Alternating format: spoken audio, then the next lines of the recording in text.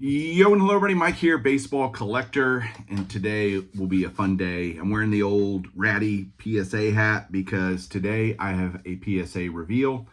I've got 8 cards. These are actually cards that were sent off, a long time ago. But they were part of the collection down in Houston that I went and saw and kind of advised on and bought a bunch of cards. And there were a bunch of them that were sent via a bulk submission, and then some of them that were just sent regular because they were outside of there was like a 60s special or 60s and 70s or something like that. And so these didn't fit that because they're all pre 1960 cards. So they went in a regular submission, and those actually are back way faster than the other ones. Not surprising, really. So super thrilled to add these cards, and yeah, let's take a look. Hang on. All right, here we go. These took about 2 months, I guess, and I've already seen the grades. I don't know that I had a ton of high expectations. I'll go through them and explain what I think, but to me, the grading is what the grading is. I don't get too caught up. I try not to pre-grade things. I just send them in, and I'm kind of just happy with what comes back. So the first card, 1958 Topps, Eddie Matthews. This is a 4-decade set card that I needed, and I hadn't never picked one up. So thrilled to death to get that back. It's in a 4, but it's, well centered. Like, again, cards like this are great for my collection. So yeah, thrilled to death with that. Here is Warren Spahn, 58 Topps, Eddie Matthews' teammate. This came back a 6. And so if you put these cards, it's funny, side by side, you can totally tell there's a sharpness to the Spahn, that the Matthews is more dull, maybe. The whiteness of the borders, you can tell a difference in the Spahn. The Spahn's definitely more off center. The Spahn has better corners. So yeah, that just kind of makes sense, right? But if I could have one card in a 6 and one in a 4, this is the order I would have them in. I'd have the Spahn in a 6 because that's a great card and a sneakily expensive card, the Spahn. So 2 58s knocked off the list. I think I only need one more 58. Got a card from this set. The guy in Houston had a few of these. He happened to have a couple that I needed. Bowman black and whites. These are tough and typically quite expensive, although the grades I got weren't great. I was just glad to have them and to be able to send them in. Again, this is a 2, and I think there's let's see if I can see it. No, I don't see any creases. It's almost like the surface has, I don't know, it's interesting, but sharp looking 2. Again, I'll take that. Is it as high a grade as I would like? No, not necessarily, but I'm just equally happy to have the card. I also got the Bob Lemon in the 53 Bowman black and white, and so that's a 3. Again, that's weird. Like, something must be going on because I see the Wilhelm and I see a better looking card, and it's got a lower numerical grade.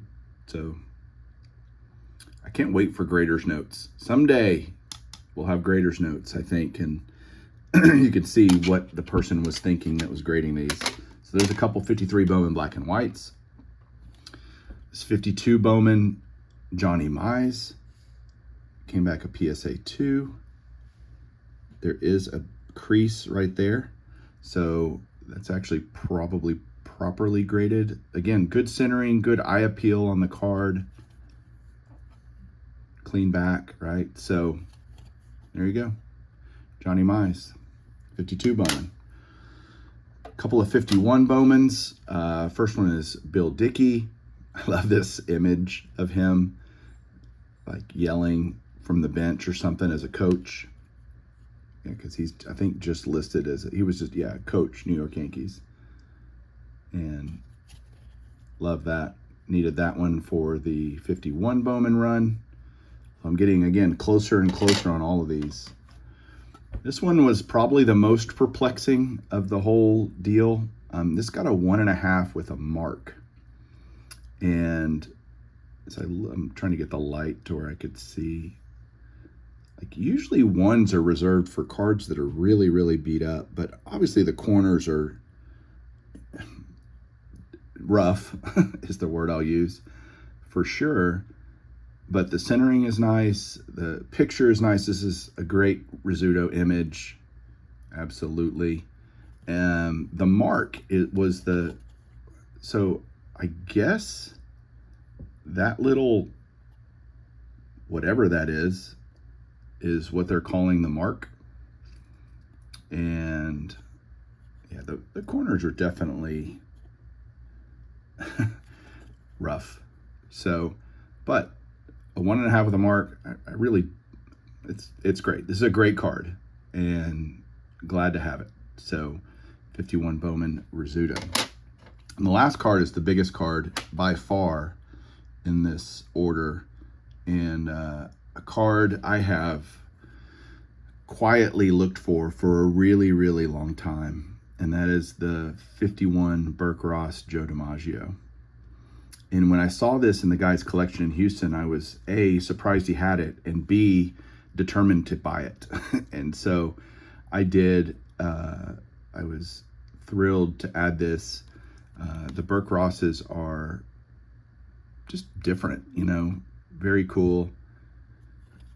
The Burke Rosses 51 and 52 are actually Joe DiMaggio's last 2 cards, I guess. Some people call the 52 Burke Ross his last card, and that's probably fair. He didn't have a 52 Burke Ross, or I would have bought that too, but he had a 51. And so as kind of a Joe DiMaggio last card, the 52 Burke Ross incidentally looks just like the 51, only with maybe a little bit wider border. I can't remember the distinct, same picture though. And the back is different. Actually has some career stats and stuff on the back, I think, of the 52. I know that Darren, Return to Collecting, just got one recently, and he'll be able to chime in the comments as to the differences. But I didn't even care what the grade was on this. I was just so excited to own it, and excited to get it slabbed up and protected, and the grade is what it is. So there you go, guys. Nice little vintage order, 50s stuff. Never bad to add 50s cards to your collection. So I'll talk to you guys later. Hope you have a great one. Keep collecting.